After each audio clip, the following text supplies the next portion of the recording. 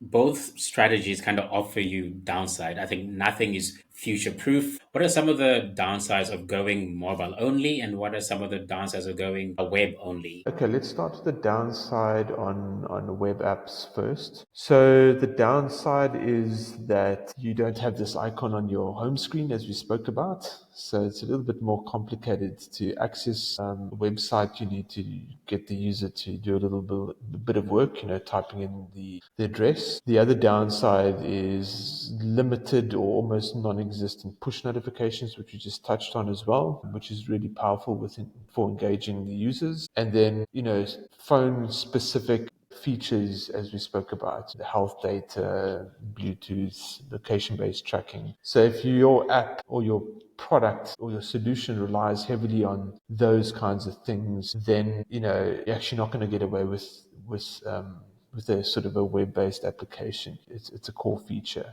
The downsides of mobile that it's more complicated to build, to develop, therefore it costs more. And maybe I can just touch on that as well. So as Yeah. a web developer, when you're building a website or web application, typically you're writing code, you're updating it, and then you want to test it on a browser. So, you could deploy it to a web server, and that takes maybe a few seconds, maybe a minute or two. You refresh your browser, and then you've got access to like the latest changes that you've made. So it's quite a fairly quick process. Whereas if you're building a mobile app, processes that you're going to be doing some development or you're fixing some features, what you actually have to do is you have to build or compile the app, right? Which takes a minute to a few minutes, depending on how complex the web app is, the power of the PC. Then you've still got to deploy that compiled version of an app to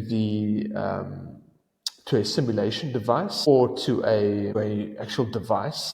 And then you've got to go and then actually use that device or simulation device and then go and navigate and find out the section that you've changed or updated and then go and test it. So the time needed for doing that is like way more than when you're building a web. That just means that your project's going to take longer, it's going to cost more. And obviously for a lot of founders, maybe they've raised some money or they've got some of their own capital and they're basically kind of watching their money and their spend because they want to get to market quickly, as cheaply as possible, and as soon as possible.